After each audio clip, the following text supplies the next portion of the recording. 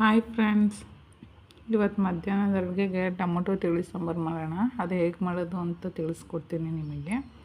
Tomato, ಜೀರಿಗೆ, ಮೆಣಸು, ಬೆಳ್ಳುಳ್ಳಿ, ಕರಿಬೇವು, ಸ್ವಲ್ಪ ಹುಣಸೆಹಣ್ಣು ಹುಳಿಗೋಸ್ಕರ. ಟೊಮೊಟೊನೂ ಇರುತ್ತೆ, ಹುಣಸೆಹಣ್ಣು ಇರುತ್ತೆ, ಹುಳಿ ಇರುತ್ತೆ. ನಿಮ್ಗೆ ಹುಳಿ ಬೇಡ ಅಂದರೆ ಸ್ವಲ್ಪ ಕಡಿಮೆ ಮಾಡ್ಕೊಳ್ಳಿ ಹುಣಸೆಹಣ್ಣು. ಇವಾಗ ಇದೆಲ್ಲ ಬೇಯಕ್ಕೆ ಹಾಕಬೇಕು, ಅದಕ್ಕೋಸ್ಕರ ನೀರಿಟ್ಟಿದ್ದೆ. ಆವಾಗ ನೀರು ಕಾದಿದೆ, ಅದಕ್ಕೆ ಟೊಮೊಟೊ ಹಾಕೋತಾ ಇದ್ದೀನಿ. ಬೇಯಿಸೋದ್ರಿಂದ ತುಂಬ ಸಣ್ಣಕ್ಕೇನು ಕಟ್ ಮಾಡೋ ಅವಶ್ಯಕತೆ ಇಲ್ಲ, ಅದಕ್ಕೋಸ್ಕರ ಟೊಮೊಟೊ ಹಾಕಿದ್ದೀನಿ. ಹಸಿಮೆಣಸಿನ್ಕಾಯಿ, ಹುಣಸೆಹಣ್ಣು, ಜೀರಿಗೆ, ಮೆಣಸು, ಕರಿಬೇವು, ಬೆಳ್ಳುಳ್ಳಿ ಇಷ್ಟ ಬೇಯಕ್ಕೆ ಇಟ್ಟಿದ್ದೀನಿ. ಇವಾಗ ಸ್ವಲ್ಪ ಉಪ್ಪು ಹಾಕೋಬಿಡೋಣ, ಅದಕ್ಕೋಸ್ಕರ ಬೇಗ ಬೇಯುತ್ತೆ, ಅದಕ್ಕೋಸ್ಕರ ಉಪ್ಪು ಹಾಕೋತಾ ಇದ್ದೀನಿ. ಟೇಸ್ಟು ಚೆನ್ನಾಗಿರುತ್ತೆ, ಬೇಗನೂ ಬೇಯುತ್ತೆ, ಅದಕ್ಕೋಸ್ಕರ ಇದು ಬೇಯಕ್ಕೆ ಇಡೋಣ. ಸ್ವಲ್ಪ ಜನಕ್ಕೆ ಬರೀ ತಿಳಿ ಸಾಂಬಾರಾದರೆ ಇಷ್ಟ ಆಗೋಲ್ಲ. ಆಗ ಬೇಡ ನನಗೆ ಈ ಥರ ಅನ್ನೋದಾದರೆ ಸ್ವಲ್ಪ ತೊಗರಿಬೇಳೆನೋ ಇಲ್ಲ ಹೆಸರು ಬೇಳೆನೋ ಹಾಕಿ ಬೇಯಿಸ್ಕೊಂಡು ಇಟ್ಕೊಂಡು ಈ ಥರ ಮಾಡಿ. ಈ ಥರ ಮಾಡಿದಾಗ ಟೇಸ್ಟ್ ಚೆನ್ನಾಗಿರುತ್ತೆ. ಆದರೆ ಇದ್ರ ಜೊತೆ ಬೇಳೆ ಬೇಯಲ್ಲ, ಫಸ್ಟೇ ಬೇಯಿಸಿಟ್ಕೊಬಿಡಿ. ಇವಾಗ ಒಗ್ಗರಣೆಗೆ ಜೀರಿಗೆ, ಸಾಸಿವೆ, ಬೆಳ್ಳುಳ್ಳಿ, ಒಣಮೆಣ್ಸಿನ್ಕಾಯಿ, ಕರಿಬೇವು, ಕೊತ್ತಂಬರಿ ಹಾಕೊಳ್ಳೋಣ. ಇವಾಗ ನಾನು ಬೇಯಕ್ಕಿಟ್ಟಿದ್ನಲ್ಲ ಅದು ಬೆಂದಿದೆ. ಇವಾಗ ಅದನ್ನ ಆರಕ್ಕಿಟ್ಟಿದ್ದೀನಿ. ಅದು ಬೇಯಿಸಿರೋದು ನೀರಿದು. ಇವಾಗ ಇದನ್ನ ರುಬ್ಕೊಬಿಡೋಣ, ತುಂಬ ಸಣ್ಣ ಬೇಡ, ಸ್ವಲ್ಪ ತರ್ತರಿಯಾಗಿ ರುಬ್ಬಿದ್ರೂ ಓಕೆ. ಇವಾಗ ಒಗ್ಗರಣೆಗೆ ಹಾಕ್ಕೊಳ್ಳೋಣ. ನಾನು ಟೊಮೊಟೊ ಬೇಯಿಸ್ಕೊಂಡಿದ್ನಲ್ಲ ಅದೇ ಪಾತ್ರೆ ತೊಗೊಂಡಿದ್ದೀನಿ.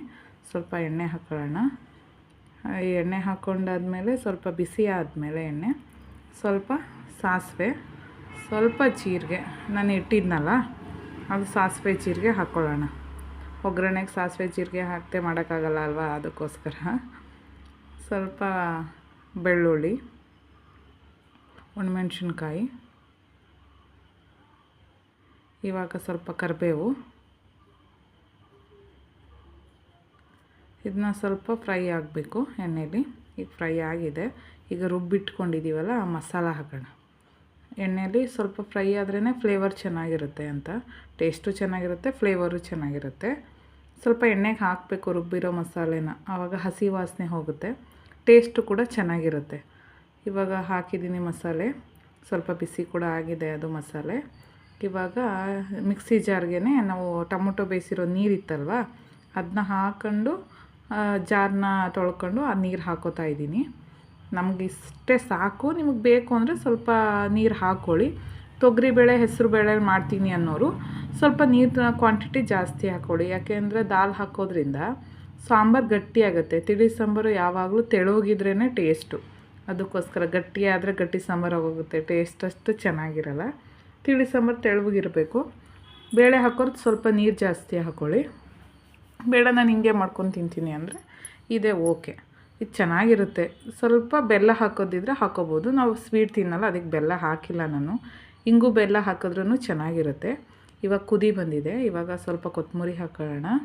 ಈಗ ಟೇಸ್ಟ್ ಮಾತ್ರ ತುಂಬ ಚೆನ್ನಾಗಿರುತ್ತೆ. ಈ ಸಾಂಬಾರು ಮಾಡ್ತಿದ್ರೆ ಮನೇಲೇ ಘಮ ಘಮ ಅನ್ನುತ್ತೆ, ಅಷ್ಟು ಚೆನ್ನಾಗಿರುತ್ತೆ. ಅದಕ್ಕೋಸ್ಕರ ಈ ರೆಸಿಪಿ ಇಷ್ಟ ಆದರೆ ದಯವಿಟ್ಟು ಲೈಕ್ ಮಾಡಿ, ಶೇರ್ ಮಾಡಿ, ನಮ್ಮ ಚಾನಲ್ನ ಸಬ್ಸ್ಕ್ರೈಬ್ ಮಾಡ್ಕೊಳ್ಳಿ.